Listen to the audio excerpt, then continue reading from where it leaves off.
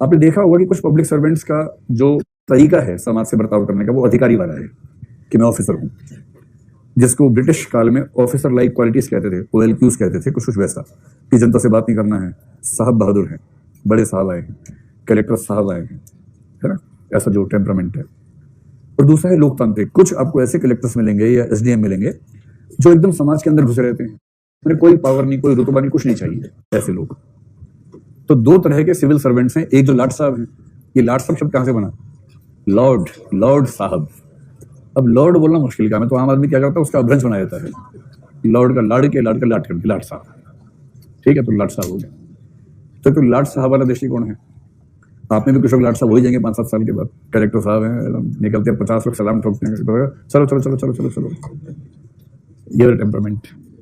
कुछ होते हैं एकदम लोकतांत्रिक, उन्हें एकदम इतना भी इल्म नहीं होता कि वो खास हैं, एकदम जनता के जैसे उसी तरह से रहते हैं, जनता के बीच में घुसे रहते हैं, उससे अलग होना नहीं चाहते। इसका एग्जाम्पल केवल इसमें नहीं है, पॉलिटिक्स में भी होता है। मैं दिल्ली में ऐसे 1-2 MLA को जानता हूँ, MLA हैं, दिल्ली विधानसभा के मेंबर्स हैं, एक तो हमारे अपने इलाके के ही हैं। अगर आप उनको भी देख लें, मेरे पुराने दोस्त हैं, संयोग से MLA यहाँ के हुए हैं, आप भरोसा नहीं कर सकते कि आदमी MLA। अब सड़क पे घूम रहे होंगे, पैदल घूमता हुआ जाएगा सामने अकेला, और आपसे कहेगा कि भाई मैं यहाँ का MLA हूँ, कोई समस्या तो नहीं है। तो आप कहेंगे, आप चकित हो जाएंगे, क्योंकि आप जहां से भी आएगा वहां MLA का रुतबा आपको पता होगा क्या होता है। MLA सड़क पे निकलता है, धरती नवाड़ उड़ने लगती है हल्का हल्का, 25-30 गाड़ियां निकल रही हैं, और स्कॉर्पियो, बोलेरो और फॉर्च्यूनर, सारी गुंडा गाड़ियां साथ साथ निकलती हैं। मेले साहब निकले हैं, मजाक है, MLA के शॉर्ट फॉर्म होते, मेले साहब निकले हैं। इतनी ताकत होती है। वो SP के पास आता है, SP रेवर उड़ जाता है, अगर SP थोड़ा कमजोर है तो उठ ही जाता है। इतना धौंस दिखाने वाला आदमी होता है, वो एक खास एटीट्यूड है। एक दूसरा ये भी होता है, दिल्ली में 2-3 ऐसे MLA हैं, आम आदमी पार्टी में 2-3 आदमी सच में आम है, बाकी तो आम नहीं दिखते, लेकिन 2-3 तो हैं ही आम। अब सोचिए कि आप सड़क पे जा रहे हैं, बाइक से रास्ते में एक आदमी हाथ दे बोले कि मैं MLA हूं, मुझे वहां तक छोड़ देंगे जरा, आप कहेंगे बैठ जाइए। फिर वो एक हेलमेट हाथ में लेके घूम रहा है, हेलमेट पहना, पीछे बैठ गया आपसे, ऐसी। तो आपको चकित भाव से आप कहेंगे ये कैसा व्यक्ति हो गया, और वो कहे कि नहीं भाई हमारा सिंपल टेम्परामेंट है, हम जनता के सेवक हैं, उसी मूड में काम करना पसंद करते हैं। तो आप कम से कम ये मानने को बाध्य हो जाएंगे, वो व्यक्ति काम अच्छा कर पाया, नहीं कर पाया, सफल हुआ, नहीं हुआ, एक सेकेंडरी बात है, उसका टेम्परामेंट तो कम से कम एक बात माननी पड़ेगी कि वो अलग है। और उस टेम्परामेंट से जो सामान्यतः हमारे देश में होता है, ऐसी कलेक्टर्स हैं, मतलब ऐसे ऐसे कलेक्टर्स होते हैं, आप कल्पना करेंगे, थरथरा जाएंगे कैसे लोग होते हैं।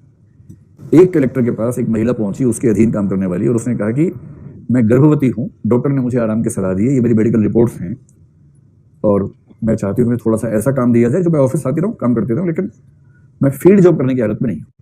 ये बहुत जेन्युइन सी डिमांड है, कोई भी ऐसा करेगा तो क्या दिक्कत है इसमें। और कलेक्टर उसकी एप्लीकेशन को फाड़ के उसको गालियां देके बाहर भगा दे। ऐसे कलेक्टर्स भी हैं इसी देश में, और ऐसे कलेक्टर्स भी हैं जिनको गाड़ी वाड़ी से मतलब नहीं है, जो अपने समाज से मिलने के लिए 10-10 मील पैदल ही चले जाते हैं, अकेले ही चले जाते हैं, क्योंकि एक टोला है ऐसी जगह जहां सड़क नहीं जाती है। कितने कलेक्टर्स ने उस टोले के लोगों से बात ही नहीं किया आज तक, क्योंकि उससे बात करने के लिए चलना पड़ेगा पैदल। कलेक्टर सब कैसे चलेंगे? 10 मील पैदल चल के कलेक्टर अकेला पहुंच जाए और उस समाज से कहे कि मैं यहाँ का कलेक्टर हूं, और तब बात करें। ऐसे लोग भी हैं। ये जो 2 विरोधी तरीके हैं उस पर सवाल है। अब सवाल का हिस्सा देखिए, इन 2 पदों के बीच विभेदन कीजिए और उनके गुण अवगुण बताइए। विभेदन समझ में आ गया आपको? गुण अवगुण क्या है देखिए। अधिकारी तंत्रीय जो पर्सनैलिटी है उसका अवगुण तो बड़ा स्पष्ट है कि जनता से दूरी हो जाती है। गुण ये है, जब आप अफसर होते हैं ना, तो आपका काम है सरकार की नीतियों को जनता तक पहुंचाना। और हमेशा ध्यान रखिए, जनता में ऐसे बहुत सारे लोग हैं जो आपके ऊपर अनावश्यक दबाव बनाते हैं, आपसे मेलजोल बढ़ा के आपसे काम निकालना चाहेंगे, गिफ्ट के बहाने, पार्टी के बहाने, फंक्शन के बहाने आपके पास चिपक जाएंगे। अरे सर फंक्शन है सर, फीता काट दीजिए सर, ये कर दीजिए सर, वो कर दीजिए। और जहां आप उनसे जरा भी नजदीक दिखे समाज को, तो समाज का परसेप्शन आपके बारे में गलत हो जाएगा। तो आपके बारे में परसेप्शन गलत ना हो, और कोई ज्यादा वोकल होने की वजह से आपके नजदीक आकर आपसे सचमुच कोई ऐसा काम ना करवा ले जो अनजाने में ही सही आपसे गलत काम हो जाए। इसलिए एक अच्छा सिविल सेवक क्या करता है, जनता से एक स्तर की नजदीकी बनाए रखता है, उसके बाद भी एक स्तर का डिस्टेंस मेंटेन करता है। कोई बहुत पीड़ित व्यक्ति है तो SP के पास 24 घंटे कभी भी आ सकता है, और कोई नेता, कोई वकील, कोई धौंस वाला व्यक्ति, कोई जुगाड़ वाला व्यक्ति SP के पास कभी भी आ जाए, इतनी हिम्मत किसी की नहीं होती है। अच्छा अगर SP है, उसके बंगले के बाहर स्टाफ को पता होता है कोई पीड़ित व्यक्ति है 24 घंटे में कभी भी आ जाए, SP सब उठ के बात करेंगे उससे। कोई धौंस दिखाने वाला आ जाए तो SP क्या करता है, 3 घंटे बिठा के रखता है। फोन आता है कि सर नेताजी आए हैं इस पार्टी के। तो अच्छा बैठाओ, बुलवा रहे हैं अभी। 1 घंटा हो गया, 2 घंटा हो गया, एसपी सो गया आराम से। फिर 2 घंटे बाद फिर फोन आया कि सर वो 2 घंटे से बैठे बोल रहे हैं कि ये क्या बात हुई। एसपी कह रहा अच्छा उनको बोलो कि एक जरूरी मीटिंग करें, सीएम से बात चल रही है, अभी थोड़ा और वेट करें। फिर 2 घंटा और बैठाया। 6-7 घंटे वेट करवा के एसपी बोलता है कि अरे वो सीएम साहब से जरूरी मामला हो गया था, हाँ आप काफी देर से बैठे, कोई बात नहीं, बताइए क्या बात है। इसमें संकेत होता है बेटा अगली बार मत जाना, इस बार 7 घंटे होंगे, अगली बार 70 घंटे वेट कराऊंगा तुम्हें अगर धौंस दिखाई तो। और उसी समय कोई पीड़ित व्यक्ति आ गया, फोन गया एसपी के पास कि सर एक पीड़ित महिला है, अपनी बच्ची साथ आई है, कोई दहेज का मामला है, मार पिटाई का मामला है। और एसपी तुरंत रात के 3 बजे उठ के अपने कैंप ऑफिस में उससे मिलकर समस्या का समाधान कर रहा है उसी समय। ये होता है कायदे का ब्यूरोक्रेट। तो समाज से इतना नजदीक नहीं आना है कि कोई मिसयूज कर ले आपका, स्पेशली वो छठे हुए लोग जो इसी के लिए कुख्यात हैं, जुगाड़ करने वाले लोग जो हैं। अब जो लोकतांत्रिक अभिवृत्ति है उससे गुण अवगुण क्या है? गुण तो ये है कि समाज को लगता है हमारा आदमी है। अवगुण ये है कि समाज का हर व्यक्ति इतनी सारी बातें बता देगा, इतनी समस्याएं बता देगा कि समाधान कभी नहीं हो पाएगा। ये बेचारा समझ नहीं पाएगा क्या समाधान करूं क्या ना करूं। और जो कलेक्टर दिन भर समाज के बीच में रहेगा वो समाधान करने का समय कब निकालेगा? इसलिए उसमें ओवर बर्डन वो व्यक्ति हो जाएगा। और एक जैसे अरविंद केजरीवाल जो सीएम बना पहली बार, उसे क्या घोषणा कर दी कि हम हर पता नहीं सोमवार के शनिवार क्या बोला था कि हम लोग हर सप्ताह इस दिन जनता दरबार लगाएंगे, जनता संसद पता नहीं क्या आप लगाएंगे, यही था जनता दरबार लगाएंगे। बढ़िया भाई, अच्छी बात है। नए नए लोग समझ नहीं पाते कि प्रैक्टिकल रियलिटीज क्या होती है, इम्प्रैक्टिकल बात कर देते हैं। दिल्ली का सीएम कह रहे जनता दरबार लगाऊंगा, कोई भी समस्या लेके आ जाए सॉल्व करूंगा। पहले सोमवार या शनिवार जो भी दिन था 25,000 लोग आ गए। ये आईटीओ के पास ऑफिस है जो सीएम वाला, 25,000 लोग राजघाट से उसके ऑफिस तक, इतनी भीड़ की पैर रखने की जगह नहीं।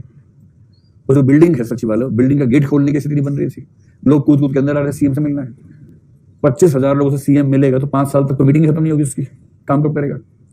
पहले ही सप्ताह के बाद नियम आया कि अब से जनता दरबार नहीं लगेगा। कैसे लगेगा? प्रैक्टिकल बात नहीं है ना। तो ज्यादा लोकतांत्रिक होने में प्रैक्टिकल इंपेडिमेंट्स आते हैं, बाधाएं आती हैं, और दूसरा काम करना मुश्किल हो जाता है, जनता का दबाव बढ़ जाता है। दूसरा हिस्सा, अपने देश का तेजी से विकास की दृष्टि से बेहतर प्रशासन के निर्माण के लिए क्या दोनों में संतुलन स्थापित संभव है? वही संतुलन है कि दिमाग से लोकतांत्रिक रहिए, जनता से बीच बीच में संवाद करते रहिए, माध्यमों से संवाद कीजिए। आप खुद लगातार खड़े हो जाएं जनता के बीच में, इसकी क्या जरूरत है? एक ट्विटर हैंडल बनाइए प्रशासन का, एक फेसबुक पेज प्रशासन का बनाइए।